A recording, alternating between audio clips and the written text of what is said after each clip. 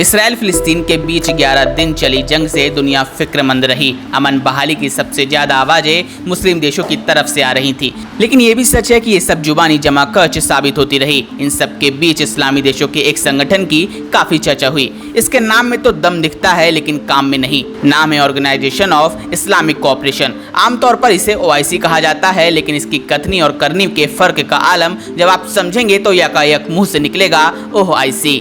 तो चलिए हैं OIC और OIC के बीच का सफर समझते हैं और ये जानने की कोशिश करते हैं कि आखिर क्यों अरब देशों के अरबों पेट्रो डॉलर्स पर पलने वाला यह संगठन कभी फिलिस्तीन की मदद नहीं कर पाया। क्यों फिलिस्तीन मजलूम और मजबूर इजराइल के हाथों मारे जाते हैं। हालांकि इजराइल के भी अपने तर्क हैं, लेकिन यहाँ बात फिलहाल OIC की।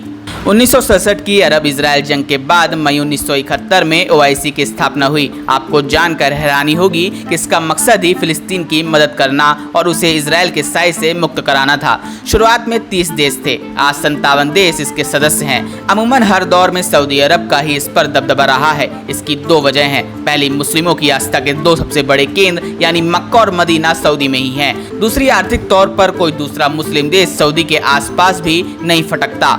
पाकिस्तान के सीनियर जर्नलिस्ट रिजवान राजी ने पिछले दिनों अपने YouTube चैनल पर कहा था कि OIC मजहबी आधार पर बना था। इससे ज्यादा उम्मीदें पालना ठीक नहीं। वेस्टर्न वर्ल्ड के सामने तो यह मुंह खोलने में भी डरता है।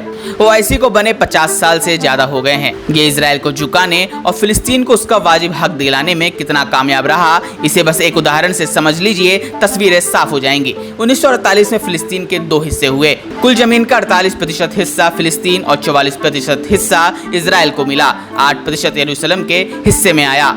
आज फिलिस्तीन सिकुड़कर महज 12% जमीन पर आ गया है। इसकी 36% जमीन इजराइल हड़प कर चुका है। सवाल ये है कि OIC क्या करता रहा। खाड़ी देश कहें या अरब ममालिक कहें या फिर गल्फ स्टेट्स, OIC पर असली दबदबा तो इन्हीं का रहा। और ये है क्या? ज्यादातर देशों में राजशाही है। पीढ़ी दर पीढ़ी एक ही परिवार शासन करता है। सऊदी अरब की ही बात कर ले तो यहाँ का शाही खानदान अपनी सुरक्षा को ही लेकर हमेशा चिंतित रहता है। 60 साल से यहाँ अमेरिकी फौज का एयरबेस और मिलिट्री स्टेशन है। हर टेक्निकल सपोर्ट के लिए ये पश्चिमी देशों पर निर्भर रहते हैं। सऊदी अरब की हैसियत इस बात से पता चलती है कि जब फ्रांस के चार्ली हेब्दो मैगजीन ने जब इस्लाम से संबंधित विवादित कार्टून छापे तो सऊदी सरकार ने बयान जारी कर रस्म अदायगी कर ली। आखिर ये चुप्पी क्यों है? विशेषज्ञ इसकी वजह केवल एक ही मानते हैं और वो है सिर्फ अपना स्वार्थ देखना।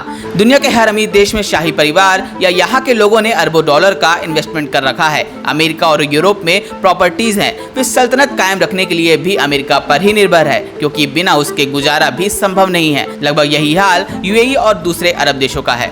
फॉरेन एक्सपर्ट सुशांत सरीन कहते हैं कि OIC इसलिए नाकाम रहा क्योंकि इसके हर मेंबर के अपने हित हैं। ये इकोनॉमिक भी है और डिप्लोमेटिक भी। आप तुर्की को ही ले लीजिए कि इजराइल के साथ उसके गहरे ट्रेड रिलेशन है। जब इस्लाम से संबंधित कोई मुद्दा उठता है तो कभी डिप्लोमेटिक को वापस बुला लेता है तो कभी बयानबाजी करके चुप हो जाता है, लेकिन अपने हित हमेशा आगे रखता है।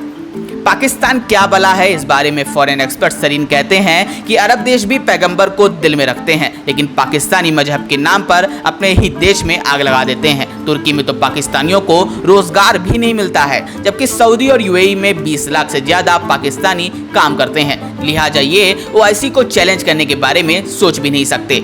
सरीन के मुताबिक पाकिस्तान, तुर्की, मलेशिया ने कश्मीर मुद्दे पर 2019 में एक अलग इस्लामिक प्लेटफॉर्म बनाने की कोशिश की थी। इसके जरिए वे OIC को चैलेंज करना चाहते थे, लेकिन जैसे ही सऊदी अरब और UAE ने फटकार लगाई तो यह गुब्बारा फट गया। दरअसल तुर्की बहुत चालाकी से काम करता है। वो पाकिस्तान को लफाजी करने के लिए आगे कर देता है, लेकिन खुद इजराइल और अमेरिका से हर तरह के रिलेशन बनाकर रखता है। इजरायली फिलिस्तीन जंग इस बार 11 दिन चली। अब सीज़फायर ऐलान हुआ है। इस दौरान OIC बयान और निंदा करने से ज्यादा कुछ नहीं कर पाया, जबकि ये UN के बाद सबसे बड़ा संगठन है। UN सिक्योरिटी काउंसिल में इजराइल के खिलाफ लाए गए प्रस्ताव को अमेरिका ने एक ही हफ्ते में 3 बार वीटो करके इजराइल के साथ अपनी पक्की दोस्ती फिर जाहिर कर दी थी।